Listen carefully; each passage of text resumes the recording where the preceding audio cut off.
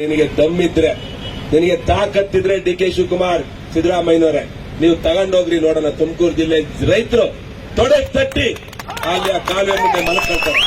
ಈಗ ನಮ್ಮ ಎಣದ ಮೇಲೆ ನಾಳೆ ಹೋಗ್ಬೇಕು, ನಮ್ಮ ಎಣದ ಮೇಲೆ ನಾಳೆ ಹೋಗ್ಬೇಕೆ ಹೊರತು ಯಾವುದೇ ಕಾರಣಕ್ಕೂ ನೀನು ಹುಂಬತನದಿಂದ ಈ ಯೋಜನೆಯನ್ನು ತಗೊಂಡೋಗ್ತಿದ್ಯಾ? ಯಾವುದೇ ಕಾರಣಕ್ಕೂ ನಮ್ಮ ಜನ ರಕ್ತ ಕೊಡ್ತಾರೆ ಹೊರತು, ಜೀವ ಕೊಡ್ತಾರೆ ಹೊರತು ಯಾವುದೇ ಕಾರಣಕ್ಕೂ ನೀರನ್ನ ಮುಂದಕ್ಕೆ ಬಿಡಲ್ಲ ಅಂತೇಳಿ ಇವತ್ತು ನಾವು ಶಪಥ ಮಾಡ್ತಿದ್ದೇವೆ. ನೋಡೇ ಬಿಡೋಣ ನೀವಾ ಅಂತೇಳಿ. ಯಾವುದೊಬ್ಬರು ಸ್ವಾರ್ಥಕ್ಕೋಸ್ಕರ ಇವತ್ತು ಮೂಲ ಯೋಜನೆ, ವಿನ್ಯಾಸ ಆಗಿರುವಂತಹ ಯೋಜನೆಯನ್ನ ಬದಲು ಮಾಡಿರುವಂತದ್ದು ಭಾರತ ದೇಶದ ಇತಿಹಾಸದಲ್ಲಿ ಮೊದಲನೇ ಯೋಜನೆ ಇದು.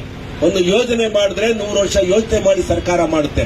ಇವತ್ತು ಮೂಲ ಯೋಜನೆಯನ್ನ ಬಿಟ್ಟು 4 ತಾಲೂಕಿನ ಜನರಿಗೆ ಬಾಯಿಗೆ ಮಣ್ಣಾಕಿ ವಿಷ ಹಾಕಿ ನೀನು ರಾಮನಗರ ಜಿಲ್ಲೆಗೆ ತಗೊಂಡೋಗೋದು ಏನಪ್ಪಾ ನಿನ್ನ ಪುರುಷಾರ್ಥ? ನಿನಗೆ ತಾಕತ್ತಿದ್ರೆ ಕನ್ನಂಬಾಡಿಯಿಂದ ನೀರು ತಗೊಂಡೋಗಿ ಕೊಡು, ಬೇಡ ಅಂತ ಹೇಳೋಣ. ನಮ್ಮ ಮಾಗಡಿ ಜನಕ್ಕೆ ಕೊಡಬೇಡ, ರಾಮನಗರ ಜಿಲ್ಲೆ ಜನಕ್ಕೆ ಕೊಡಬೇಡ ಅಂತ ನಾವು ಹೇಳಲ್ಲ. ನೀನ್ ಬೇಕಾದ್ರೆ ನೇರವಾಗಿ ಹೇಮಾವತಿ ಡ್ಯಾಮಿಂದ ತಗೊಂಡೋಗಿಲ್ಲ, ಕನ್ನಂಬಾಡಿ ಕಟ್ಟೆಯಿಂದ ತಗೊಂಡೋಗು. ಆದ್ರೆ ನಮ್ಮ ಪಾಲಿನ ನೀರನ್ನ ಕಸ್ಕೊಂಡು ಬೇರೆ ಜಿಲ್ಲೆಗೆ ಕೊಡ್ತೀವಿ ಅಂತ ಹೇಳಿದ್ರೆ ಯಾವುದೇ ಕಾರಣಕ್ಕೂ ಇವತ್ತು ಹೇಳ್ತಾ ಇದ್ದೇವೆ. ನಮ್ಮ ರೈತರು ಪರವಾಗಿ ಇವತ್ತು ಸ್ವಾಮೀಜಿಗಳಿರ್ಬೋದು, ನಮ್ಮ ನಾಯಕರಿರ್ಬೋದು, ನಾವು ರಾಜಕೀಯ ತ್ಯಾಗ ಮಾಡಿ ನಿಂತ್ಕೊಳ್ತೇವೆ. ನಮ್ಮ MLA ಗಿರಿ ನಮ್ಗೇನದೊಂದು ಪುಕ್ಸಾಟ ಇದ್ದಂಗೆ ಅದು, ನಾವು ತಲೆನೂ ಕೆಡಿಸ್ಕೊಳ್ಳಲ್ಲ. ಇವತ್ತು ನಾನು ಹೇಳ್ತಾ ಇದ್ದೆ, ನಮ್ಮ MLA ಗಿರಿ ಹೋದ್ರೂ ಪರವಾಗಿಲ್ಲ, ನಿಮ್ಮ ವಿರುದ್ಧ ನಿಂತು ಹೋರಾಟ ಮಾಡಿ